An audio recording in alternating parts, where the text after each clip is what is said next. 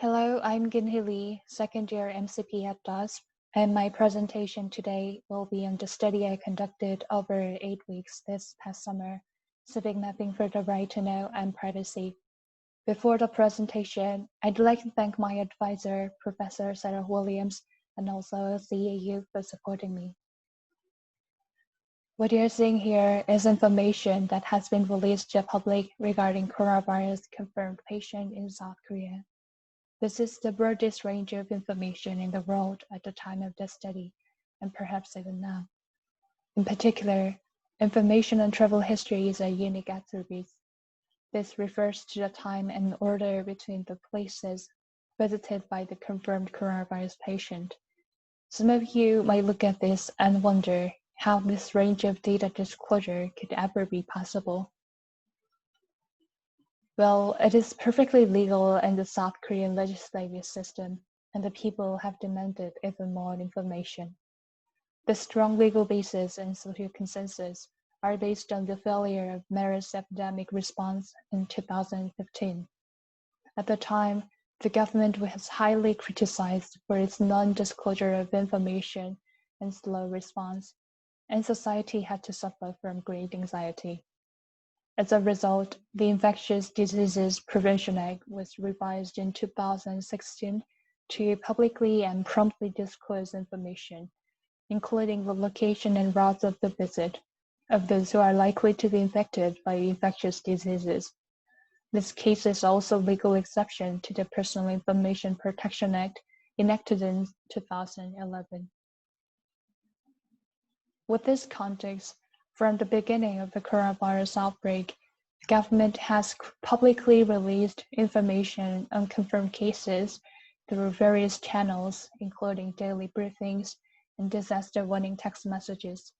In particular, the key information disclosure was through the website of the KCDC, Korea Centers for Disease Control and Prevention, during the early days of the outbreak. After February 20th, disclosure was made through the websites of the individual local government of where the confirmed patient resided. This transfer of disclosure channels was mainly made because the number of confirmed cases increased after late February. One of the problems in this situation is poor data management and lack of data consistency due to the fragmentation of information sources. For example, data attributes and detail of information were all different in each local government. Also, the data formats were inconsistent, and most of them were not machine readable. Under these circumstances, information on confirmed cases has been released through hundreds of local government websites in total. The second is the concern of privacy invasion of confirmed individuals. This concern has been raised around both inside and outside the country since the beginning of the disclosure. The National Human Rights Commission issued a joint communique expressing concern in March, and in response, between March and June, the KCDC has issued 3 guidelines for public disclosure of movement information to local governments and press. Although it is not legally enforceable, it actually serves an institutional role to protect the privacy of the confirmed person. According to KCDC guidelines, all information after 14 days of release was to be deleted. The information on the places where the confirmed individual visited would become closed to the public if the places completed the infectious sanitation processes, and information would become private if the patient had not visited public spaces before positive confirmation. Within this context, what I focused on this study was the Civic Hackers Crisis Mapping Project, which used the location and movement information disclosed by the government. This is an image of the Civic Mapping website opened in early February. It showed the places of the confirmed patient's visit that are connected in a straight line to mark the movement path. These kinds of maps were very popular among citizens, and some were so popular that the servers were overloaded. But as we observed earlier, there were changes in data sources and privacy protection guidelines. And I wanted to see how these changes affected crisis mapping projects and how civic hackers responded. So I selected 10 crisis mapping projects that show the location and movement information of confirmed cases and conducted case analysis in June. By tracing the records from media report, web archive, and website, my analysis found that among the 10 maps, 9 maps, including currently not available maps, had supported the location information with a POA level detail. 4 maps closed the service before the time of analysis in June. 3 maps stopped updating the location information before June. 3 maps were still running, but no map was providing patient movement path information at the moment of the analysis, while 7 maps had previously provided the information. Based on these results, I became curious about the key factors that influenced the operation of the crisis mapping project and how civic hackers responded to those challenges. To find out, I had individual video interviews with 3 civic hackers and 2 open data activists in July. In the interviews, I asked about project profiles, legal, technical, and ethical challenges related to their project in terms of open data and data visualization, how they responded to the privacy concerns, and their reflection.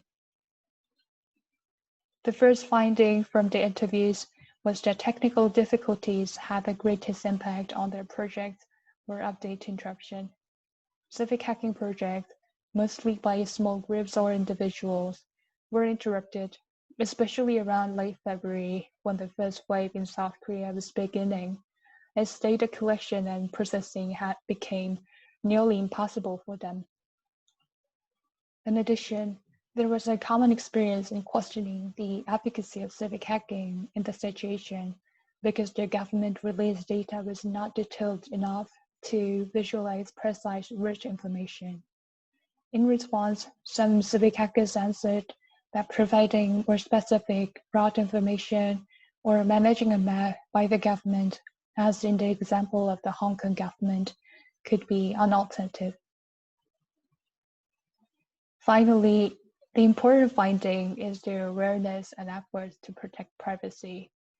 In the interviews, they said they initially thought the information needed to be specific for its statistical value and public's right to know, so they provided the most specific information as possible. However, unlike these initial motivations, the privacy, not only of the confirmed individual, but also of the self-employed local business owners, is now a concern because their location information is inevitably required to be disclosed in the current disclosure manner.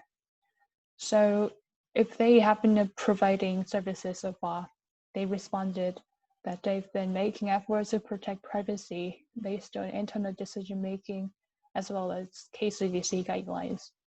For example, the markers of a civic map were initially color-coded depending on the date of the confirmed patient visit, but it has now been shown in monochrome by civic hackers' decision that the meaning of the colors can stigmatize the place even after completing infection sanitation processes. As a next step, I'd like to explore how we can build a more resilient and inclusive society with the collaboration of civic hacking communities, government, and citizens all together, especially in an emergency crisis situation. This can be especially interesting to think about considering the ongoing situation within the public sector and civic and the private sector in South Korea. I'm especially motivated by the possibility of civic engagement in co-producing information systems and public service, and we'll work on this topic during this semester. Thank you for listening.